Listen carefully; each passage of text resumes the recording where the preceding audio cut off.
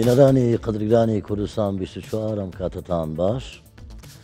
لە زۆرینەی وڵاتان لە کاتی بۆنە ئاینی و نیشتیمانی و نەتەوەییەکان زۆرجار بازارەکان بەڕووی گەشتیاران و بەڕووی هاوڵاتیاندا نرخەکانیان دادەبەزێنن وەک گوتم بەم بۆنە ئاینی و نیشتیمانی و نەتەوەییانە بەڵام بە پێچوانەوە لە هەرێمی کوردستان زۆرجار گلەی لەوە دەکرێت لە کاتی بۆنە ئاینی و نیشتیمانیەکان بە تایبەتی لە جەژنەکان نرخەکانی کەل و پەل و کاڵا و پێداویستیەکان بۆ نیشتیمانیان لەم دەڤارانە زیاد دەکەن یاخود نرخەکانیان بەرز دەکەنەوە. بۆ ئەم شەو لە پرۆگرامی بۆ هەمان کە ڕاستەخۆ دەکەوینە نێومانجی ڕەمەزانی پیرۆز گەنگەشەیەم بابەتە لەگەڵ زۆر بەڕێز نەوزاد شێخ کامل بەڕێوەبەری گشتی بازرگانی لە هەرێمی کوردستان دەکەین. کاک نەوزاد زۆر بەخێربەی هەروەها بە ئامادەبوونی ژمارەیەک لە نیشتیمانی ئێوەش بەخێرهاتن سەر چاوان. کاک نەوزاد یەکسەر باڵۆ دەست پێ بکەین. ئێستا ئێمە لە نێومانجی ڕەمەزانی پیرۆزین وەک گوتم لە دەستپێکی پرۆگرامەکەم کە زۆر جار گلەیی لەوە دەکرێت بازار کۆنتڕۆلکردنەکەی وەکو پێویست نییە وەکو وەزارەت وەکو جهەتی حکومی تا چەندە دەتانەوێت کۆنتڕۆلی بازار بکەن لە مانگە پیرۆزەدا یان بە شێوەیەکی گشتی لە بۆنەکاندا. سەرەتا بەناوی خوا پێم خۆشە پێشەوەی وەڵامی پرسیارەکە جەناب بدەمەوە پیرۆزبایی مانگی هاتنی مانگی ڕەمەزانی پیرۆز لە مسلمانانی ژیان بەگشتی و مسلمانانی کوردستان بە تایبەتی و ئێوەی بەڕێزی ئامادەبوش بکەم ئینشاءڵڵا مانگە بێتە مانگی خێر و خۆشی و بەسەرمانە بێتەوە. سەبارەت بە پرسیارەکە دیارە وەزارەتی بازرگانی و پشتسازی یەکێکە لایەنی پەیوەندا یەکێکە لایەنە پەیوەنددارەکان بۆ چاودێریکردنی بازار لە ڕێگای بەڕێوەبەری گشتی بازرگانی و چاودێری بازرگانی لە شارەکانی کوردستان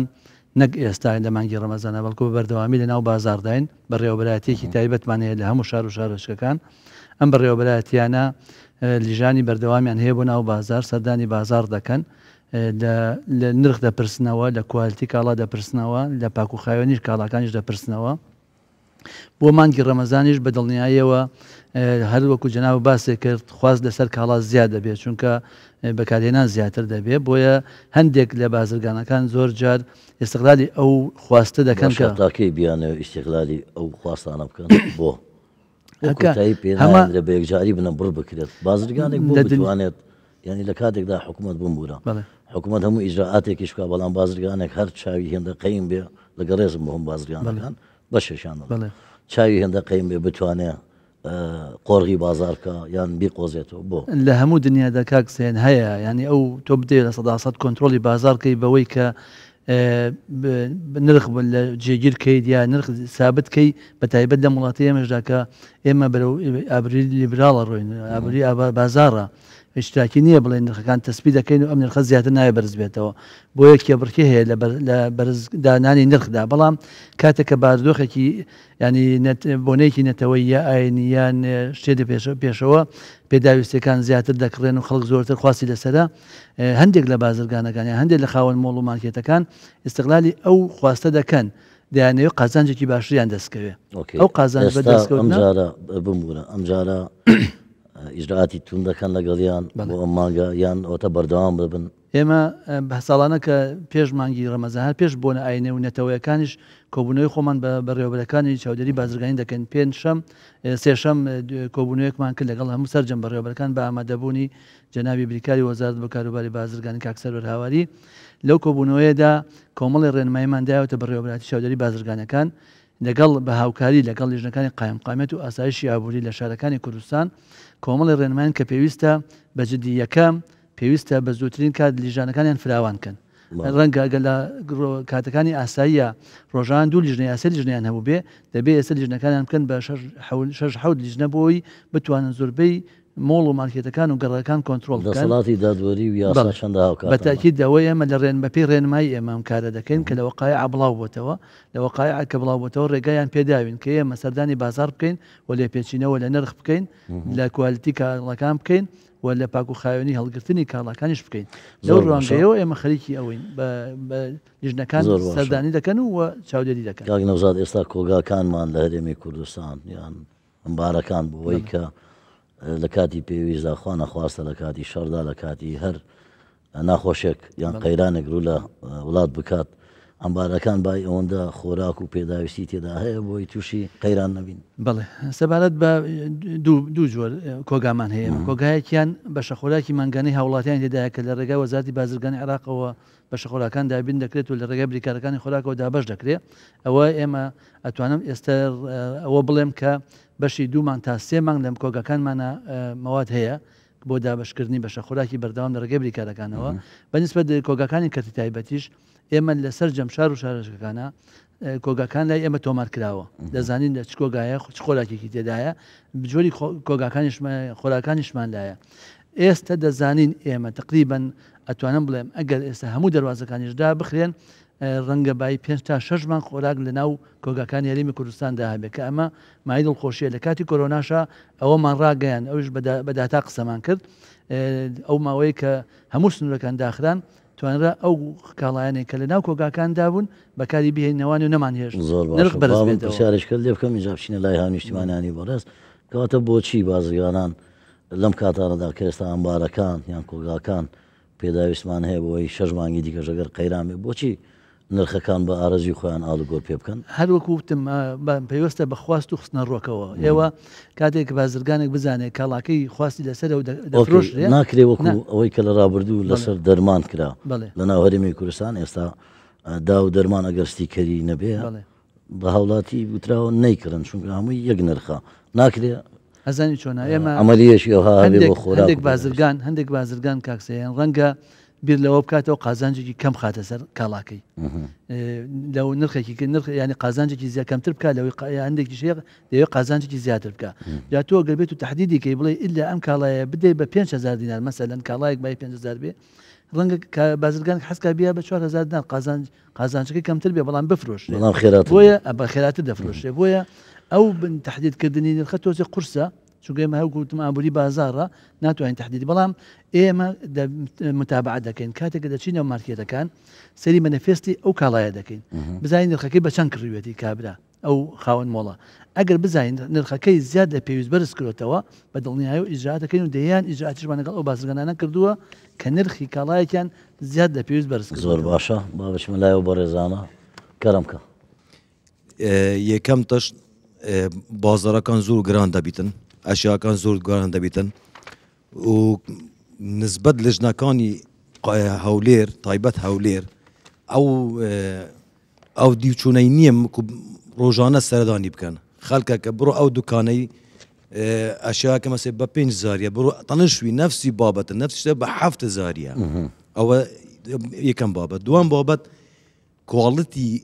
ئەشیاەکەی سفرە لە برنج بگرە لە مەعجون بگەر لە زەید بگرە هەموو کواڵەتیان سفرە عنی وەک پێویست نییە ینی خەڵکەکە لێ ناڕازیە زۆر و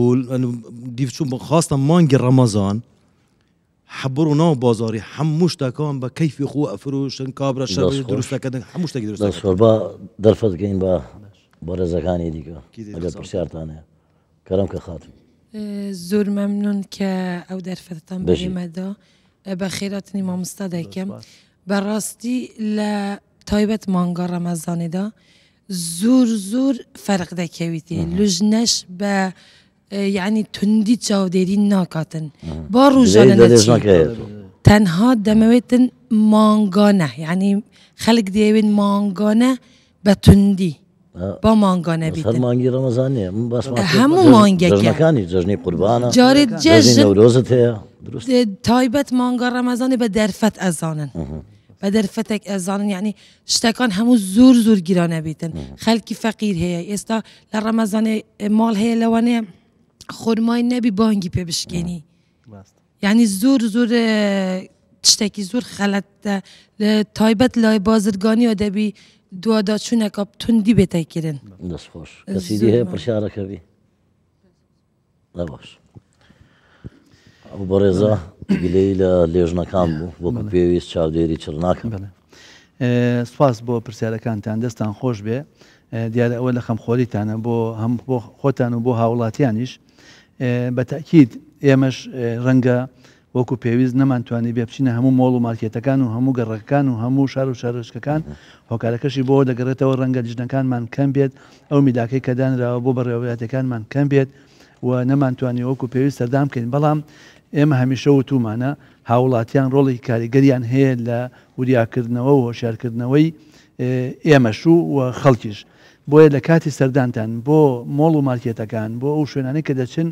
ئێوە ببن بە نوێنەری ئێمە لە کاتێکا کە دەزانن کاڵایەک نرخی زۆر بەرزە یا کاڵەکە ماوەی بەسەر چووە و دانراوە یان بوو کاک نەزار شتێک هات ژمارەیەکی پێویست هەیە ئەوەی هاوڵاتی لە کاتی وەهادا سکاڵا ئەوە سەلامە ژمارەی هەموو تەلەفۆنی هەموو بەڕێوەبەری چاودێری بازرگانی شارەکانم لایە دوای دێنێ ئێوە لە توان ئەعلام بڵاوی بکەنەوانێ هەموو لە پەیجەکەشمان لە پێیجی وەزارەتی تێدایە بۆیە بەڕاستیارە وکوتم ئەگەر ئێمە لەپاڵ هەموو مارکێتەکە کەس بازرگانێک بیەوێ فێڵمان لێ بکات یان نرخێکی زیاد دابنێ لەپاڵ هەموو مارکێتێکی چاودێرێکی بازرگانی ئاسایشی یابووری دابنێن هەردەیکە بۆیە هاوڵاتیان دەبێت سنتەرن هەمیشە هاوکارمان بوون بە بەردەوامی ئاگاداریان کردوینەتەوە لە ڕێ ئەو تەلەفۆنانەوە کاتێککە دەزان کاڵایە خراپە تەلەفۆنمان بکەن بە دڵنیایە و لیژنەکانمان متابعیان دەکەن لە هەر شارێکی کوردستان بێ دەچن سەردان دەکەن و دەست بەسەرا دەگرن هەر بۆ زانیاری بەڕێستان لە ماوەی ئەم مانگە دەکاکسێن زیاتر لە 4900 سەردانمان کردووە لە کوردستان زیاتر لە 141 تەن ماوە کاڵای ماوە بەسەرچوومان دەست بەسەرا گرتووە لە یەک مانگە زیاتر لە 160 میلیۆن دینار غراممان کردووە ئەمە بەس لەم مانگی غرامەکردنی مادی کافیە واللهی هەندێک آخر هەر هەندێک بازرگانی حەقی ئەوەیە کە دەبینی ئێمە خواردنی بەسەرچوو دێنە مۆڵەتەکەی لێ وەرگیرێتەوە بۆەوەی بێتە دەرس و پند بۆ بازرگانی ئێمە سێ جۆر سزامانەیە سزای مادیمان هەیە کە لە 50,000 دەست پێ دەکات بۆ 5 میلیۆن سزای داخستنمان هەیە لە 3 ڕۆژەوە بۆ 10 ڕۆژ سزای کردنەوەی بەڵگەینە پەراوی لێکۆڵینەوە بۆ بدرێ بە دادگا بە پێی سەرپێچێکە ئەم سێ سزای لە دەسەڵاتی ئێمەدایەوەکو بەڕواتی گشتی بازرگانی بەڵام لە هەموو حاڵەتێکدا ئەگەر بزانین سەرپێچەکە زیاتر گەورەترە بە دڵنیایەوە مۆڵەتە بازرگانەکە لێ دەسەنرێتەوە بە یەکجاری بلۆک دەکرێتەوە ناوی دەچێتە لیستی ڕەشەوە باشە بازرگان هەیە ئەم بەڕێزانە باسی کوالەتیان کرد کوالەتی کەڵا پێداویستەکان بازرگانێ ئەچێت ئۆرجینالەکە ناهێنێ ئەچێ کۆپیەکەی دێنێ باشە کاتیوە نهاتوە کۆنتترۆلی ئەوش بکرێتەوە بابەتێک مەسەلەن لەوانەیە ئەگەر باسی خۆراک بکەین لەوانەیە برنج ئێستا بنێ بازاردا بڕێ لەوانەیە 2500 جۆر برنج ببینی باشە بۆ دراسەیەک نەکرێت بۆی کوالەتە باشەکە داخلی وڵاتە بکرێت یان زەیت هاوڵاتی زۆر گرێ زەیتەکە ئێستا دێمەلای جەنابیشت بەنسبەت ئەو ماوادانەی کە لە بازاردان هەروەکو وتم ئەبێت هاوڵاتی خۆی بڕیار بدا چی دەکڕێ چونکە ڕاستی تۆ من ئێمە تهدیدی کەین بڵێن دەبێ بەم کوالەتیە بێنی ئێمە لە کوالیتی کۆنتترۆلمان هەیە لە دەواازەکان فحز دەکرێ بۆ خواردن دەشێ بەکار بێنێ بەڵام کوالیتی و نرخی جیاوازە لە مارکێتێکەوە لە شوێنێکەوەیە لە جۆرێکەوە بۆ جۆرێکی باشە بۆ قەدەغە نەکرێ قەدەقی نهاتوە قەدەغە بکرێ ئەزانی چۆنە ناتوانین تۆ لە بازار ڕگارەوە کوتم ئابووری بازار بێ ناتوانین تۆ قەدەقەیەکی چونکە هەڵدێک هاوڵاتی لەبەر ئەو ئیمکاناتەکەی لاوازە لە ڕووی مادیەوە ناتوانێت کاڵایەکی کوالەتی بەرز بکڕێ بە نرخێکی گران ناچارە پەناباتە بەر ئەو کاڵا نزمە بۆ هیچ نەبێ ئیداری ژیانی خۆی پێ بدە بۆیە ناتوانین تۆ ڕێگریکەی بڵێ ئیندا ئەم کاڵایە نابێ بێتە ناو وڵاتەکەەوە کە ئەو نەهاو کاڵاکە بە بەرزی دەمێنێتەوە نرخەکەی ئەو کاتە هاوڵاتی هەژارەکان بۆیان ناکردێ بۆیە ڕەنگە ئێمەش ئەو تێبینێمان کردووە حەزیش دەکەین بەڕاستی بەڵام هەمیشە تاکیدمان کردوتەوە لەگەڵ ئەو کنسوڵی وڵاتانەی کە بە تایبەتی ئێمە سین لە وڵاتانی دەوروبەرمانەوە لە تورکیا لە ئێرانەوە کاتێکە دادەنیشی لەگەڵیانە پیان دەڵێن کاڵای کوالتی کاڵاکانتان خراپە سومعی وڵاتەکانیشتانی بردووە ئەوان تاکی دەکەنەوەوانێ دەڵێن هەندێک جار هەندێک لە بازرگانەکان دێن دەڵێن بەو کوالەتیە بۆمان دروستکەن بازرگانەکانی خۆمان بەشێ لە کارەکان بەشێ لە کێشەکان ئەوەیە بازرگانەکانی خۆمان دەچنە ئەو وڵاتانە دەڵێن بەپی ئەو مواصفاتە بۆمان بکە یعنی بەپی مواصفاتەکان کاڵەکان بۆ دەکەن بەڵام کە هێتی ئێرەش تۆ ناتوانین دەستی بەزەرا بگری چونکە لە کوالتی دەرەچێت لە کوالتی کۆنتترۆل دەرەچێ بەکار دێ بۆ کە بەکارێنان بەس لە ڕەنگە گرەی لە کوالەتی کۆنتترۆل بکەین بڵێ گوێن لەوانەیە گڵۆپێک کارەبایی کە لە سینەوە دێ ئەگەر لە یابانەوە بێ ڕەنگە بەشی 2 ساڵکە بەکارێنانەکەی بەڵام کە لە سینەوە بێنانی بە 6 مانکە خۆ 6 مانکەش بەکار دێ ئێمە ناتوانین بڵین نابێ بێتە ناوە گرنگەوەیە هاوڵاتیش دێرا هەر دەبێت سنتەرە بۆ ئەو مەسەلەیە ئەگەر بیانەوێت کاڵایەکی باشی کوالتی بەرزکردن دەبێ بگەڕێن بشن ئەو شوێنانەی ئەو کاڵای ئەو وڵاتی کە کوالتیەکەی بەرزە دروستە ئەو خاتونە پێما بێ پرسیارەتە بوو ئەوشی ئەس دەستخۆشیت بە کەنارە 24 ئەڤڕۆ داواکردنا بخێر هاتنا مامۆستاژی دکن ئەزۆرایی دبینم شاری دۆروبەری هەولێر گەلێکی ئەو ماوە ئەسعاری خۆ بلندکردە دەوروبەری هەولێرە دەوروبەری هەولێری یعنی شار و شارۆچکە بچووکەکان بچکانە ینی ئەس تەماشا دکم تبینی فەرقی گەلێک ئاوتنە سەر و دۆر و بەرژی زۆرایی سەری سەدی هەشتەی فەقیرە بێژی هەتام کرێ بدنەسیارە هەر لە ناو هەولێری پێمە نایکردن ینی وەکی نها گۆشتی ینی مریش 1500 بوو کیلو نها هاتیە 3000 و هەنێکی گران بووە گەلێکی گران ینی دبری هاتیە سەر گۆشتی حیوانی زەیتەکە شەکرەکە برنج ینی فەرقی هەیە ئێستا هەناردە دەکرێت بۆ شارەکانی ژن شارێکی کچکایی دەوروبەری هەولێری گەلێکی ئەسعاری خۆ بلندکردن بۆ ئەو مانگێ ڕەمەزانی بجام هیویدارن مامۆستا هون سەردانێکی وا بکەن بکاربن سعارێەوە وەکی هەموو سعاری هەولێری دەستخۆش کەسیدی هەیە تۆ قسە کردو با دەرفەت بوانی بەرز آخر دەیفەرم ئەو برادرە لە ژووری بازرگانی هەیە پێشان لە جەریدەی بەڵاوە کردەوە گوش بەندێ فلانش بەندێ ئەوان هێت ئێستا پەیجێکیان نییە ژووری بازرگانی ڕۆژانە بەڵاوکەنەوە کاکە ژووری بازرگانی یان وەزارەت وەزارەت وەزارەت پەیجێکیان نییە بەڵاوکەن نرخی ڕۆژانە بەڵاوکەنەوە هیچ ئەزیەتی نییە پەیجێکیان دانێن کاکە ڕۆژانە ئەو ئەسعارەکانی هەموو شتیە بە ئەو بەڕێزت خوا پرسیاری هەیە دیارە مایکەکەی بدەنێ زەحمەت نەبی کەرەم کە برا کاکسیان دەستخۆشی لێ دەکەم ئەگەر هەستە سەر پێ با بتبینم گوێشم لێ دێت خوا کاکسیان دەستخۆشی لێ دەکەم بۆ تەوەرە جوانە خێراتنی میوانە بە ڕێزەکەش دەکەم تەبیعی تەوەرەکە ڕێک لە وەختی خۆی و لە جێی خۆیتی تێبی نییەکەم هەیە وەکو پێشنیاریش یعنی هەم بۆ جەناوی کاشێخ لەو ساتەدا مەسەڵەن هێنانە خوارەوەی نرخی کاڵاکان لەسەر حسابی نزمکردنەوەی کوالێتی شتەکان نەبێتن مثلەن ئەگەر کاڵایەک نرخی هاتە خوارێ بە ئاگاداری ئەوە بن کوالیتیان نێتە خوارێ زۆر مەسەڵەن ئەگەر چاودێری لە سەو شتەی هەبی زۆر گرنگ دەستخۆش کاک نەوزار با لە وەڵامی ئەم خاتونە کە دەڵێ لە دەوروبەری شارە گەورەکان نرخیان زیاد کردەوە بە دڵنیاییەوە هەروەکو پازم کرد ئێمە لەو کۆبوونەوەی ڕۆژی سێشەمە تاکیدمان لەو کرێتەوانەیە کە دەبێ سەررجەم شار و شارۆچەکانی ژنەکان سەردان بکەن لە هەر شوێنەکە بزانین کە نرخی کاڵایەک بەرزە یان کاڵایەکی کواتی بەسەرچوو دەفرۆشن یان خراپ هەڵیان گرتووە بە دڵنیایی ئیجاعات دەکەین و ئێوەش چاودێر بن هەروەکوتم ڕقەمەکان لە پێیجەکەی خۆشمان و لە ڕێی میدیاکانی شۆبڵاوی دەکەینەوە پەیوەندی بکەن بە دڵنیاییەوەکان سەردان گرانبوونی مریشیشی کرد ئەستا هۆکاری گرانبوونی مریشێک سەبارەت بە گرانی بوونی مریشی خۆتان دەزانێت ئێمە لێرە ئێستا زیاتر لە 50 کیلگە پەلەوەری لە کوردستان هەیە بەرهەمی مریشک دێنن بەڵام بەهۆی زۆر جار بەهۆی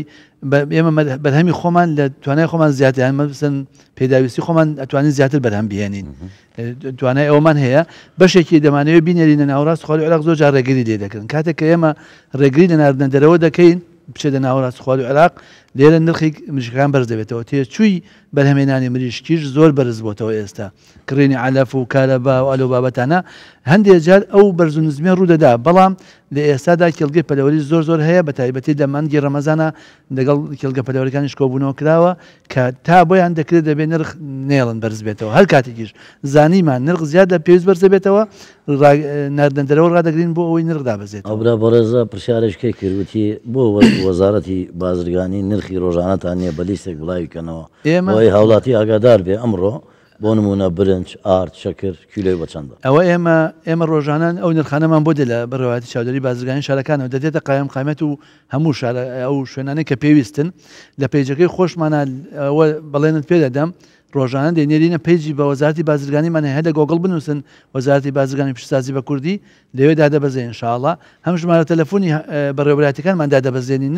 هەم ئەو نرخانەش دادەبەزێنین بۆی خەڵک لەو نرخانە زیاتر پێنەدا بە هەر مادەیە کە یانە بیکڕن بەڕێزیش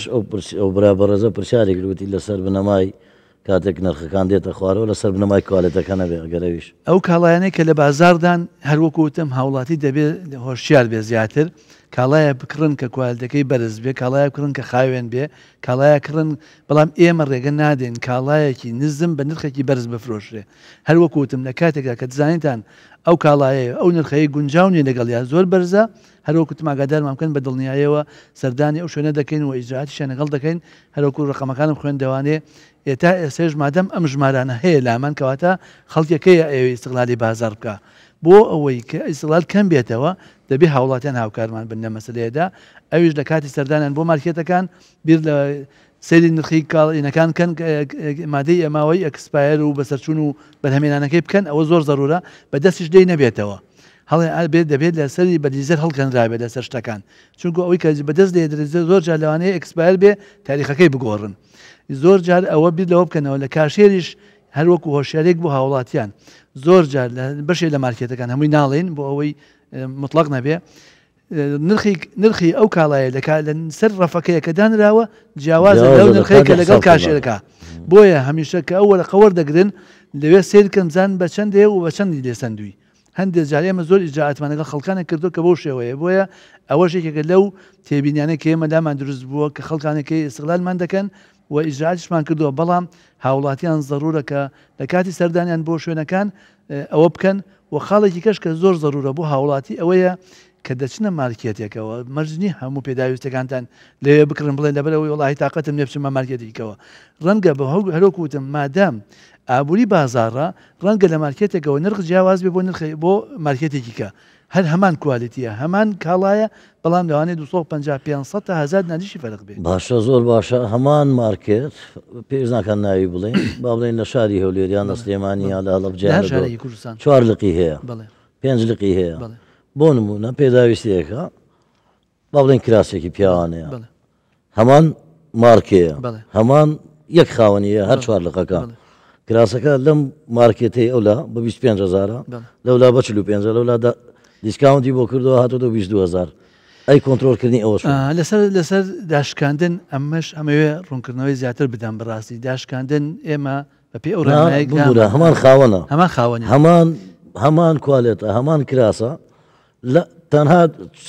4 لقیە بەڵام سعرەکانی جیاوازە لە وڵی جا ئەوە زانانی ئەوە چۆن کۆنتترۆل ئەگەر لەسەر هاوڵاتیان کاتێک کەچن کراسێک دەکڕن نرخەکەی دەبێت کوالەتەکەشی سیرکەن ئێمە ناتوانین چگەوە ئێمە ئەچین سەردان دەکەین مەنەفێسەکەش دەبینین دەزانین کە نرخەکە چۆنە زۆر کەڵکیشمان کردووە ئیجاعاتمانەگەڵ کردووە بەس تۆ ناتوانانی هەموو مادەکان و هەموو ئایتمەکان سیر بکەیت و لەگەڵ مەنەفێستا بەراوردی بکەیت بەڵام هاوڵاتێک لەوانەیە لەو لقەیە نزیکتر بێ ماڵەکەی ناونیشانەکەی والله ئەوڵی پێویستە هاوڵاتی هاوکارمان بێ لەو مەسلەیە ینی بگەڕێن بە شوێن هەرو کوتم بۆیە ئەم هاتاکیدم کرد دەڵێم لە مارکێتێکە یەکشت مەک هەموو شتەکان مەکڕن بچنە چەند مارکێتێکەوە پرسیار بکەن پاشان بڕیار بدەن چی دەکردن و بە چەند دەیکردن دڵنیان نرخەکان جیاوازن دڵنیام لە مارکێتێکەوە و مارکێتی کە جیاوازە بۆ ئێمە لەکۆڵ ئەو کێشەیە بینەوە کە جەناو باسی کرد مەفروزە هەموو شتەکان هەموو سەبەتەکانمان لە یەک شوێنە نەکڕین بڕۆین چەند شوێنە بگەڕین کەس پرسیاری نەماڵەوە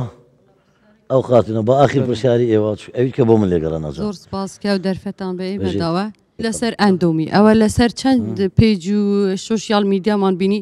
یعنی هەفتانە دەلێ ئەوە پێمردێ ئەوە پێمردە یعنی لیژنەیەکدانە ئەگەشتە هەندە خەتەر بیتن دەبێ و ئەندۆمیە بێتە قەدەغەکردنی زۆر سپاس بۆ جەنابتان و دیکەژەیە دەست خۆش سپاس زۆر بەنسبەت ئەو مادە خۆراکیەکان بە تایبەتی لە کوالیتی کۆنتترۆل فاز دەکرێت بەڵام تۆ ڕوبڕی کوالیتی کۆنتترۆلە بەڕاستی کوالیتی کۆنتترۆلە دەبێ ئەوان بەڕاستی تەرکیزکەن سەر ئەو مادانە و بەپێ ئەو ستانداردانە بێت کە لە نێودوڵەتین بۆ هێنانی ئەو کاڵایانە هەر کاتێ ئێمە توانیمان کوالیتی کۆنتترۆل لە دەواازەکان ینی وا لێ بکەین کە فعلەن ئەو کاڵایی کە پێویستە کوالیتی باشە زیانی تەندروستی کەمترە ئەوە بێتە ناو هەرێمی کوردستانەوانێ چونکە بڕاستی ئێمە لێرە پێش ماوتون بە کوالیتی کۆنتترۆل ماوتووە لە کوالیتی کۆنتترۆلیش دەربچێ هاتە بازارڕەوە ئێمە بنێنێتون بۆ فەحز دەرنەچێت دەستی بەسەر دەگرین با ماوەی بەسەر چوونیشی تەواو نەبوو بێ زۆر مادەماوا لێ کردووە نردومانە بۆ فەحز لە فەحز دەرنەچووە کە مادەماوەشی ماوە هێشتا لە ناومان بردووە دەیان تەنمان لە ناو بردو بۆ شێوەیەش بۆیە ئەوە بە دڵنیایە و ئێمە بە دەدوادەچون دەکەین بەڵام هەروەکو گوتم دەگەڕێمەوە سەر هاوڵاتیان وریابن هاوکارمان بن چۆن بەردەوام هاوکارمان بوون بە دڵنیای و ئێمە وەکو لیژنەکانی چاودێری بازرگانی لیژنەکانی قایم قامیات لەسەر خەتین بۆ ئەوەی لە هەر شوێنێکا پێویست بێت بەبێ چاوپۆشی لە کەس بەبێ و حساب بۆ ئەوە بکەین ئەمە فڵان کەس و فڵان کەس نییە ئیجراعاتی خۆمانی لەگەڵدا دەکەین و دەدرێتە دادگاش ئێمە میلەتیش ئەوەی دەوێ بەڕاستی هەر ئەومان دەوێ ئیجراعاتیان تون بێ با دو هەمین پرسیار بخۆزمەوە بزانم وەزارەتی بازرگانی چەندە کۆنتترۆلی دەواازە سنووریەکانی کردووە لەسەر تاسەری هەرێمی کوردستان بۆ ئەوەی کەلوپەل و کاڵا و ماوەکانی کە بەداخەوە ڕۆژناوەنووسێک بۆ قوربانی ڕووداوە شاد چۆن لە دەڤەری ئەو دیوی سلێمانی دیارە گوتیان ئەو بارە تەماتەی کاتۆ قاچاغا من پرسیارەکە دەیقۆزمەوە بزانم